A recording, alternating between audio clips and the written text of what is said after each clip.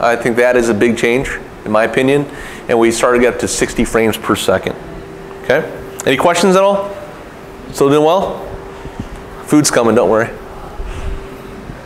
Okay, so I mentioned that there was no change with the HDMI cable from 1.4 to 2.0 for 4K. Okay? However, HDMI themselves has come out with a certification program. So it's called a Premium HDMI Cable Certification Program, okay? Not only does it do 4K, but it basically ensures that it can do HDR, it can do 60 frames, because again, there's different levels of 4K, all right? If you take a plain Jane 1.4 cable, it'll do 4K, it may not do HDR, okay? We'll talk about that in a bit, okay? Since they brought this program, we've obviously adopted it. This is our premium certified by HDMI cable, okay? Up to 25 feet is what they will certify a cable. And again, this ensures 4K, 60 frames, 444 color chroma, which we'll talk about in a bit, okay, and HDR, up to 25 feet. In fact, you can download HDMI's app, you can scan our cable, it'll say, hey, it's a VANCO cable, it's a certified cable, it's not a counterfeit cable. You pass that around. Pass that around, okay. Okay, so let's talk about HDMI and bandwidth really quick. I'm not going to bore you with this. Standard definition, okay, less than a gig, okay. You guys ever watch standard definition television nowadays? It looks blurry. Looks way different. First HDMI cable, less than 5 gigs, okay. 1080p, 10.2, 4K, 18.2, okay. 8K, here's what 8K needs. 48 gigs of information, of data, okay. How are they going to get that? Great question, great question. No, they are using a hybrid copper and fiber cable. Yeah, so you still need copper because you still need power to run through it. The optical part, the fiber part, will be handling all that data, that big pipe. It'll be more than 48 gig pipes, obviously. Yeah, yeah. I wasn't at CES for 8K because 8K was the big deal, and they had a bunch of 8K displays. They're all prototypes. But I've been told that it looks great, but there's got to be a certain point where the human eye can only process so much information. So after 8K, I mean, after 8K would be 16K. How can you process that much information? That would be like you looking at me in real time. So there's going to get to a point where the resolution has to stop. Now you're talking holographics. That's You could, yeah, you could, absolutely. You can't get that out of the display. No. So HDMI 2.1 was obviously announced this year. It'll be able to do 8K at 60 frames or 4K at 120 frames. Obviously, it'll do HDR, it's 48 gigs, and it will be backwards compatible, okay? Other than that, that is all the information we have. We don't have any information. Okay, as an HDMI manufacturer, we don't have any specs to build one. That has not been released yet. Okay, so that's what I tell people who call in looking for an 8K cable, okay? First of all, I don't have the specs. First of all, you don't have the TV or the source, okay? Yes, sir? So then, does that mean that the HDMI cables will then become where you can't look at it because they have lasers? No, they, from my understanding, they still do have a physical connector. The optical part, I don't know. It's all on the inside, I guess? Yes. Just like an optical cable where it has light. That is my guess, that you'll have the pins plus a port that shoots light. They already have those cables. They do, yeah. There are fiber HDMI cables. In fact, we used to have one. We will be coming out with one with removable heads, so yeah. Correct, exactly. The toughest part is terminating them because you need a certified termination tool, which from my understanding can cost anywhere from 5 to 20 grand for a termination tool, okay? You're talking like a fiber termination? Yes. So Yeah. is it like Minicom or is it something totally different? I don't know. Like That's splicing or actual? no. There is, I forget what it's called, but I don't know if the HDMI will be the same way. I know there's a tool out there that can actually conjoin 2 fiber cables. Right. I don't know if the HDMI will be the same way. I doubt it because, again, you still have copper in there. So I don't know how they're going to do that. Yeah, be very interesting. We don't know. No one has released any information other than these specs right here. And obviously they announced it and people went crazy. I know the fiber optic cables they have now for HDMI, they Yes. have different links. They do. And then you just They have do. to require that. Yep, and in fact, you can, I know one of the companies, you can even call them for a custom length as well. Yep, and they will cut it at the factory and terminate at the factory. Yeah. Okay, so let's talk about 4K resolution. So what is 4K? So 4K is the next resolution above 1080p, right? Okay, it's kind of convoluted and there's a lot of misinformation out there. Okay. There are many different names, including 4K, 4K 2K, Ultra HD, UHD. On your TVs that you guys buy, on the boxes, you may find all these different logos, okay? What does that mean, okay? 4K is really the name for the professional production industry. Cinemas, theaters, right? They have 4K projectors, okay? When you buy a TV at your local Best Buy, you're really not buying a 4K TV, you're buying an ultra high definition TV. We'll talk about the difference on the next slide, okay? There are basically more pixels within 4K rather than UHD. We'll talk about that in the next slide. So what does 4K 2K actually mean? So the 4K part is 4 times the pixel count of 1080p, okay? There are 4,096 pixels per line. There's 2,160 lines. You do the math on that, there's over 8 million pixels on a 4K TV. Okay, think about that, okay? That's 4 times the pixels of 1080p. Okay, it's amazing. Okay, 2 times the 2K, 2 times the resolution of 1080p. You do the math there, that is 2160p. So why the heck didn't we just call it 2160p to make it easier? Marketing, okay? Marketing department thought it was cooler that it sounded 4K, okay? Guess what, the next resolution, 8K, all right? They're not calling it P anymore, or interlaced or progressive, okay? So keep that in mind. Okay, so whenever you buy a TV at your local Best Buy, guess what? You're buying this guy right here, UHD TV. What's the difference? You're getting less pixels per line. 3,840 pixels per line times 2160. Real 4K, and this is kind of cut off here, but 4,096 times 2160p. So on a real 4K display, like you'd find at a theater, you're getting more pixels. Yeah, just a little bit, okay? Does it matter? Not really. Residential, on the residential side, you're really not going to notice, okay? Why did they do this format? Because this is a perfect 16:9 format, okay? By going to full 4K, they would have to increase it a bit, okay? So again, 4K represents the 4,096 number, which is the horizontal resolution. 3840 has been rounded up to 4 for marketing purposes. So again, a UHD TV is going to be called a 4K TV, even though it doesn't have the same amount of pixels, okay? All right, so what makes up a 4K spec? Okay, you might see this, and you'll often see this on HDMI distribution products like our own, okay? In fact, if I took a splitter, you'll see 4K, 60, and 444, okay? So what does that mean? 4K part, that's easy, that's the resolution, okay? 60 hertz, that's the refresh rate, and again, we'll cover this, okay? 444, that is called chroma subsampling. We'll also cover that. That is a ratio of light and color within a pixel. 12-bit color, that's your color depth, and HDR is short for high dynamic range. That's very cool. We'll talk about that too, okay? So let's talk about refresh rates. Why is this important? Because again, on all these black boxes, not our own, not even our own, but even our competitors will have refresh rates, right?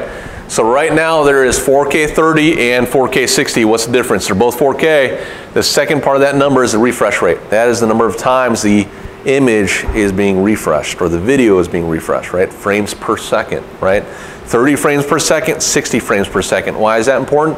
Because if you're watching a sporting event or a race car, for instance, a lower refresh rate, guess what? It's not refreshing fast enough, right?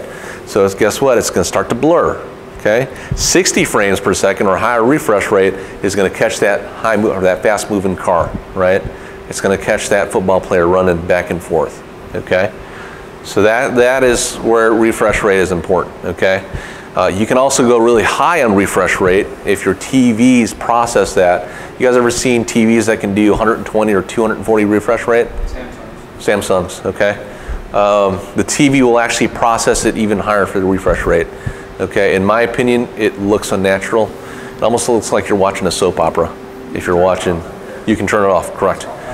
Yep, yep. You can certainly turn that off, and each TV manufacturer has their own version of it you can actually turn off, okay? Movies, Hollywood movies are filmed in 24 frames per second, okay? So that tells you one thing. All right, so again, just to recap refresh rates of video with lots of movement, like sporting events, they need higher refresh rates, okay? Chroma subsampling, you may find these numbers, 420, you'll even see a 422 or even a 444. Most common are 420 and 444, again, with all the HDMI distribution products. Without boring you, without getting too much into these ratios, all that is a combination of chrominance, which is color, and luminance, which is light, in a single individual pixel, okay? Again, there's over 8 million pixels in 4K, right, okay? The better the light and the better color in that pixel, and all the pixels combined, guess what? The overall picture quality, light and color, is better, obviously, with a higher chroma subsampling, which is 444, okay? So the first four, the chrominance, and the second, the luminance, and the third is the light output? Correct, yeah. All that is just a ratio and doing the math, okay? Now, obviously, this is exaggerated, okay? So 420 compared to 444, okay? Whenever you look at a pixel isn't square, it's actually a rectangle, okay? So whenever you see a pixel, well, there's pixels surrounding blue to red, right? Well, if you got 420, which is less color and less light, guess what? Those pictures surrounding that red circle are gonna start to blur. Why? Because they're sharing colors, blue and red, right? Whereas 444, guess what? You have more colors, right? So we could have dark red over here on that pixel, light red over here, creates more of a definition between blue and red, okay? What's that? I'm colorblind, so I don't see much. Oh, get out of here, really? My dad's colorblind. So what are you seeing right now, just out of curiosity? I mean, I can tell it's a little more pixelated on the left, but not much at all. Can you see the colors? I see that's a little red. Yeah. The color below it, I couldn't tell you what color. Really? My dad's colorblind. Yeah. And you know, he has to know the order of the stoplight. Yeah, green and red, obviously. Not that bad. No, really? Okay. Interesting, okay. So again, just to recap, 420 versus 444, better, okay? 420, not as good, okay? On a smaller screen, you probably won't notice. On a large screen, like projection screen, you might notice there, okay? Reason why I bring this up is, again, you will find that number on many HDMI distribution products, okay? I will tell you that people are always saying, oh, I want the 444. There's not many sources that can handle 444 right now, okay? Just keep that in mind. In my opinion, this is not as much of a big deal as HDR. We'll talk about HDR in a bit. But really quick, just go back to 420 versus 444. So if you zoom in on Superman over there, you'll find pixels, and again, pixels aren't squares, they are rectangles. So again, 420, again, less colors, right? Less light. 444, you get different combinations of colors, okay? More colors, so that way we can separate this red and blue, okay? There's dark blue in there, there's gray in there, okay? With 420, you might get a blur, where 444, you'll have more of a definition, okay? Okay. What storage devices can handle 444? The Oppo Blu-ray player, that's one of them. And I think, used to make a Blu-ray player. yes, 444, yeah. Samsung 420, LG 420. I don't know about Sony's. Sony's is coming out soon, so we'll find out. I think the Sony is 444. It should be. That's what I got your new 4K banner for. Oh, really? Okay, yeah, the HDB2. Yeah. Yeah, that will handle, and we'll cover that. That's that guy right there. That'll handle full spec 4K. It'll handle HDR, it'll handle 60 frames and 444, okay? So what is HDR? HDR is short for high dynamic range, okay? You guys ever take a picture with your Androids or iPhones? You ever notice when you take a picture it says HDR? Okay, so what your phone is actually doing is it's taking multiple pictures at the same time, okay? And it's combining them into one shot. So it's taking different exposures, light, medium, dark, and combining them into one shot. That way you get the best of both worlds. Okay, you get light exposure, dark exposure. You get the deeper blacks, right, which everyone's worried about on their TVs. Okay, that way it doesn't look gray. Okay, you get more vivid colors. Okay, that has since moved on to digital video. So now we have that with obviously 4K. So again, you will find products, even TVs, that will be 4K and then 4K with HDR. In my opinion, HDR is a huge jump. Obviously, I can't demo it to you right now as I don't have an HDR screen. Go to your local Best Buy, take a look at a 4K TV and a 4K TV with HDR. Picture is way better in my opinion, okay? It basically creates a more realistic or lifelike image, okay? Again, more vivid colors and darker images at the same time. Obviously this is exaggerated, but let's say this is standard, okay? If you gave me that and then let's say that's a 4K picture, I would tell you, hey, that's a great looking picture, okay? Here's where HDR differs, okay? Take a look on the right-hand side. The things that you'll notice, and obviously it's a projector screen, but you get more vivid greens, okay? Take a look at the rock, more detail. Yeah, a lot more definition because, again, black levels, right? Where here's gray, black. Bottom right hand, again, that's more gray, this is more black, okay? Sun, more vivid in color. Okay, so that's what it gives you, more vivid colors, deeper blacks for the details, okay? So certainly check that out if you haven't. There's different types of HDR. There's Dolby Vision and there's HDR10. I wouldn't worry about them, just know there's two different versions, okay? Some sources only handle one or maybe two, keep that in mind. Let's say your Blu-ray player only handles Dolby Vision. You don't want to get a TV that only handles HDR10, because guess what? HDR is not going to work, okay? In my opinion, this will filter down to one of these guys, and it'll probably be HDR10. It's like HD DVD versus Blu-ray player. It's like Betamax versus VHS, okay? One's going to win out, okay? Just different ways they do it, but same idea. HDCP 2.2, so we talked about HDCP earlier. So HDCP, again, is content protection, right? It creates a secure connection between the source and the display, right? So again, when I hook up to Eric, I'm the source, I'm saying, hey, are you HDCP compliant? He's asking me the same question, okay? We put this splitter in the equation, or the switcher. Guess what? I'm asking this guy if it's HDCP compliant. He's sending information to Eric. He's asking him if he's HDCP compliant, and so on and so forth, okay? You put a non-HDCP compliant piece in between. Depending on what you're watching, it may work, it may not. I will tell you, if you're watching a Blu-ray player movie, or Blu-ray movie, probably won't work. Or DirecTV. Yeah. Dish Network. Yep. Satellites are notorious for that. Okay, so HDCP 2.2 is the next generation of copy protection for the 4K era. So what's new with 2.2? Okay. Well, number one, it's quite obvious. It's more encrypted. It's tougher to break. Okay. Number two, there's a new feature called locality check. Okay. So again, I'm the cable box. I send my signal to Eric. If it doesn't get there within 20 milliseconds, I cut that signal off because I'm saying it's taking way too long for him to accept it. I'm thinking, okay, that signal is going elsewhere. It's being copied maybe, okay? But it's taking too long for him to respond to me, okay? I'm gonna cut that signal off, okay? 20 milliseconds is obviously very quick, okay? You would have to have a 500-foot HDMI cable for it to take longer than 20 milliseconds. So it's more than enough time. All right, let's talk about an HDCP conflict, okay? Let's say you had a 4K, that says 4K over there, 4K HDCP 2.2 Blu-ray player that you just bought, Best Buy, okay? Brand new, has HDCP 2.2, okay? Your 4K TV is a couple years old, but let's say it's an early 4K TV, HDCP 1.4, okay? Your Blu-ray player will send a signal over to the 4K TV and say, hey, are you HDCP compliant? TV says yes, but it's 1.4, it's not the same version you have. Guess what's gonna happen? 1080p. Why? Because the HDCP does not match up. Okay, a lot of people don't know about this.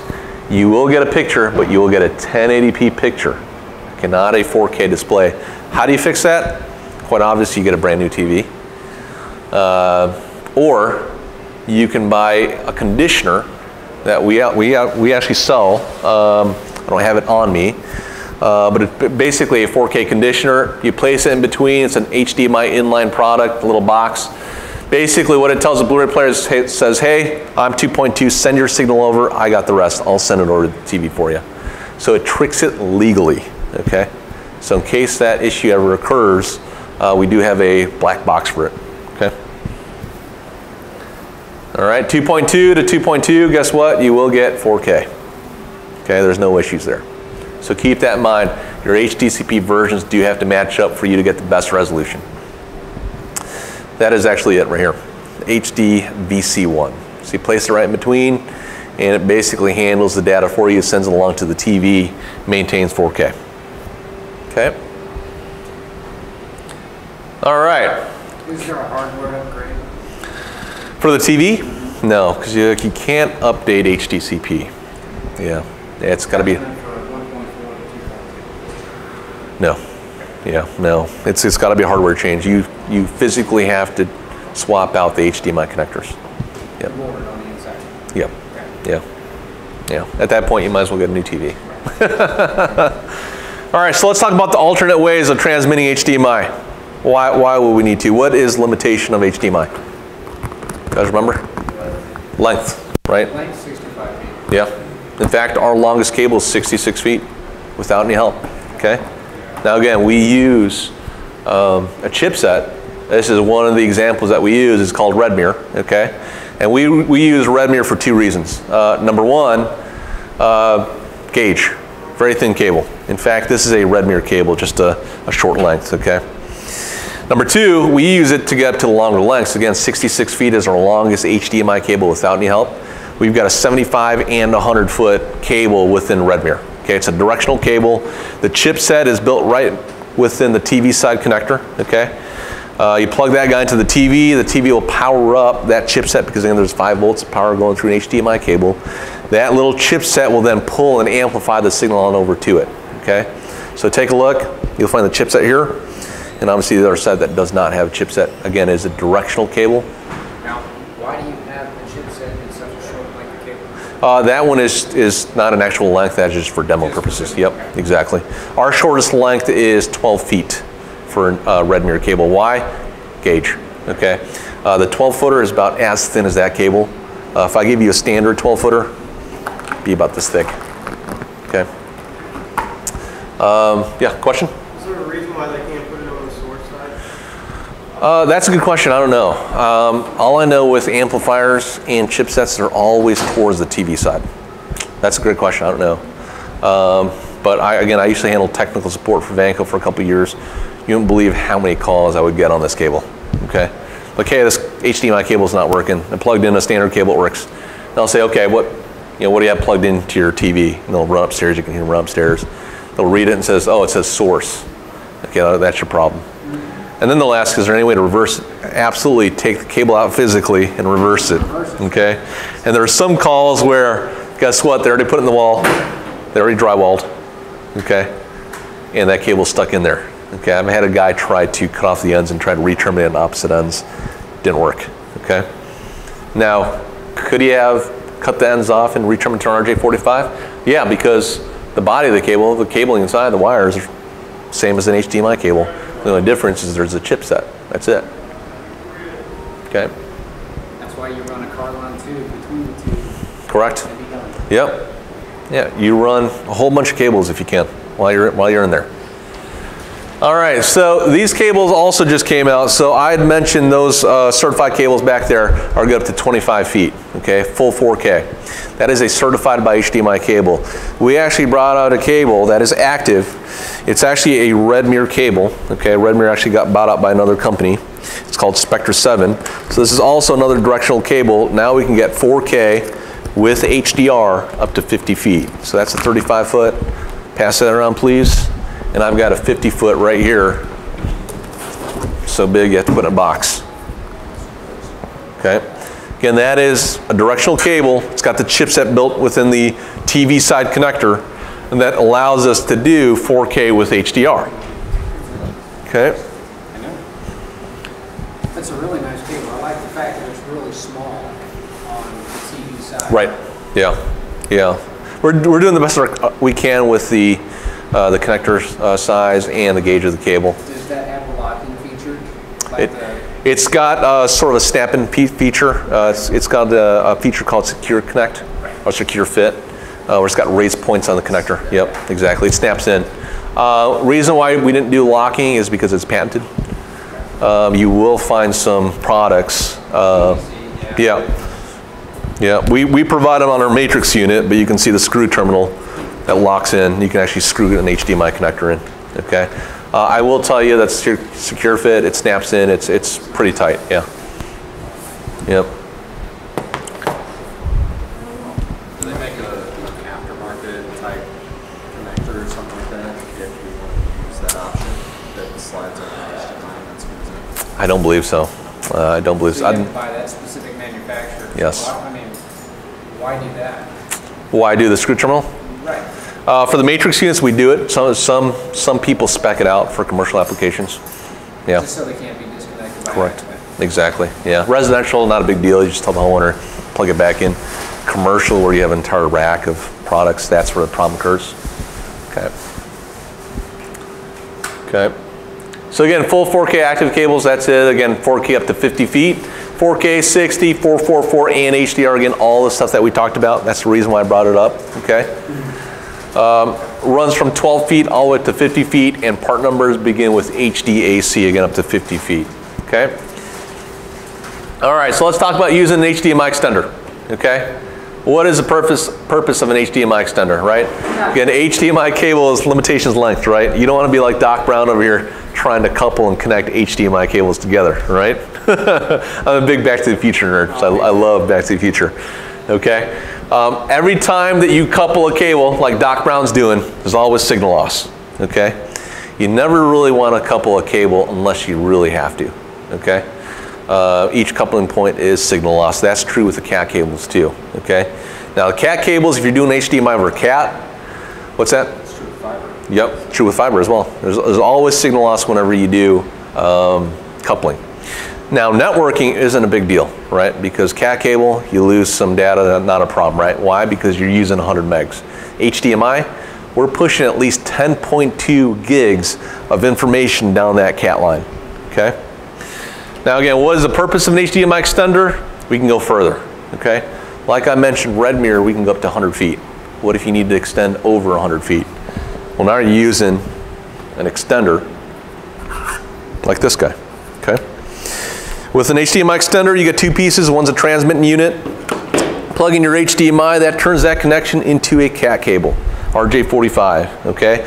On this particular unit, we can do 164 feet or 50 meters over that single Cat 5 or Cat 6.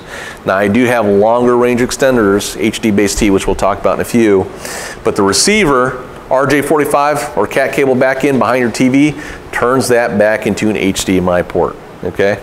Again. USB ports for it. So this one's actually a new piece that just came out. So typically you have IR on an HDMI extender. Why? Because infrared, right? How are you going to control your cable box if it's 150 feet away downstairs, right? Use IR. Instead of IR, this is an alternate unit for USB. This is to be used for any computers, security NVRs, DVRs that's downstairs 150 feet away. Well, guess what? We can't control it, right? With a keyboard and mouse. Yep, keyboard and mouse. Right behind your TV, you got 4 powered USB ports. Nice. Yeah, this is a key piece. I like it. Yeah, let me pass this around, take a look. Okay, that's key for security NVRs, DVRs, computers, NAS systems. Right? If your computer is downstairs at Bob's desk right there, how are you going to control it? You're not going to run all the way downstairs, click enter, run all the way back up, right? We could control his computer from here, which is very key. Yes, sir? So this isn't the set. The other end of this guy has the port. No, that's the set. Yeah, so that port is also USB. Okay. Yeah, and we provide that cable in the box. Yep. That's basically a printer to USB cable. Yeah, I didn't see that. Yeah, that allows you to control multiple devices. Basically. Yep. Okay. So again, just to recap, why an HDMI extender? Longer. Okay. You need to go longer, right? You're using an HDMI extender. Now, obviously, there's HDMI extenders over CAT cable. We'll talk about that. Coax, fiber, wireless. Okay. Very important. Carries audio, video, IR, USB, and even power over a single CAT. Okay. That particular unit, you only need one power supply. Okay, why? We're sending power down that CAT line. You'll see power ports on both. We only give you one power supply for that unit. You can power up either end.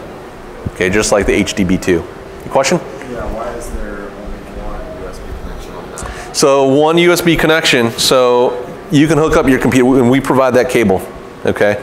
That hooks up to your computer, and it basically splits it off. So you can split that off to keyboard, mouse, whatever else you have. So that goes from the computer or Yes. the NVR. Correct. And then transmits Okay, to that. Yes. it's pretty much a 1-to-4 splitter. Exactly. Got it. Yeah, yeah, I like it. yeah. Key piece. Yeah. Yeah. Integrators have been begging us for that piece for about a year, and we finally brought it out. We couldn't get it to work right, and we finally got it to work with technology behind that. It works out perfectly. Oh yeah. All over one's Cat 6 and power. And power, yeah. Because again, we only provide you with one power supply. Okay? Okay. Let's talk about HDMI extension over category cable specifically. Like I said, there's pros and cons to using an HDMI extend over Cat, okay? Number one, relatively inexpensive, the cabling, right? Cat 5e, Cat 6 coming down in price, very, very cheap, right, compared to an HDMI cable, okay? In fact, if you buy a 100-foot HDMI cable, it'll probably cost you more than $100. Standard extender, again, with USB, power, all that stuff, 130 bucks, okay? Yes, sir? You guys sell plenum rated? We do. And how much? That does, I don't have pricing, but that does, it's a considerable jump. It is, yeah. Just like any other plenum cable. Yep. Yeah, commercial applications, sometimes they require it. Yep. Okay. Yep. Absolutely. Yes, absolutely. That's another pro of obviously using an HDMI extender, okay? Relatively inexpensive, okay? Easy to replace or re-terminate. We covered HDMI cables, the connectors, you break them off, paperweight, okay? On a Cat cable, guess what? Re-terminate to an RJ45, that's it, okay? Not only that, well guess what? If they come out with a new technology that still uses Cat, you're replacing those two boxes, not the HDMI cable that's dug into the wall and buried, okay? Audio, video control, power, USB over 1 or 2 category cables. It used to be that HDMI extenders required 2 category cables, one for audio and video, the other one for data, just one now, okay? The industry has moved away from 2 category extenders to 1 wire category extenders, okay? Much better, you're using 1 single category cable, less room for error, obviously 2 less terminations, okay? Able to withstand long distance cable runs. We'll talk about HD base T. We can actually extend it up to 1,000 feet if we wanted to. You can daisy chain extenders, HD base Ts. Okay, we'll talk about that. Cons, well obviously the cable type and the extender type can affect the overall condition, right? Or the overall outcome. Why, right? If you're using a cheap cable, guess what? You're not gonna get the performance, right? Yes, sir? Do you use strictly RJ45 or are you doing also the HD10 base Ts or the HD SDI? Just RJ45. Yep, just RJ45. Yep. Another con, EMI. Okay, environmental issues. EMI short for electromagnetic interference. Okay, if your Cat cable is unshielded and it's running parallel with the lines for these lights, guess what's going to happen every time you flick on the lights? Your video will flick out too. Okay, as soon as you turn on your lights, I've seen it happen. I've seen dimmers. Dimmers are the worst.